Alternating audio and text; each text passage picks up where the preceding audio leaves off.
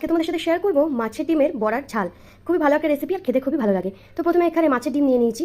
এর মধ্যে একে একে দিয়ে দেবো পেঁয়াজ কুচি আর লঙ্কা কুচি, দিয়ে দেবো স্বাদ মতো নুন, অল্প একটু হলুদ, আর বাইন্ডিংয়ের জন্য দিয়ে দিয়েছি অল্প একটু বেসন। বেসন কিন্তু বেশি ব্যবহার করবো না, অল্প একটু ব্যবহার করবো। ভালোভাবে কিন্তু এটাকে মেখে নেবো।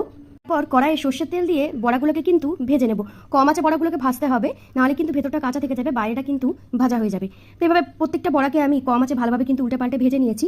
তারপরে একই কড়াইয়ের মধ্যে দিয়ে দেবো কিন্তু আলু কেটে রেখেছিলাম, টুকরো করে কেটে রাখা আলু দিয়ে দেবো। আলুটাকেও কিন্তু ভালোভাবে ভেজে নেব।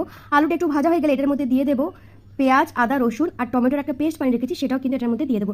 একে একে গুঁড়ো মশলা অ্যাড করবো, হলুদ গুঁড়ো, ধনে গুঁড়ো, জিরে গুঁড়ো, আর দিয়েছি কাশ্মীরি রেড চিলি পাউডার।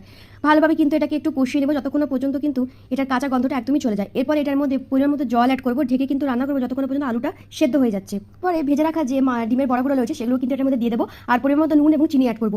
জলটা একটু বেশি রাখবো, যখন কিন্তু বড়াটা একটু ফুলে যাবে, অনেকটা কিন্তু ঝোলটা শুকিয়ে আসবে। উপর থেকে দিয়ে দেবো গরম মশলা গুঁড়ো আর দিয়ে দিচ্ছি একটু ঘি। তো ব্যাস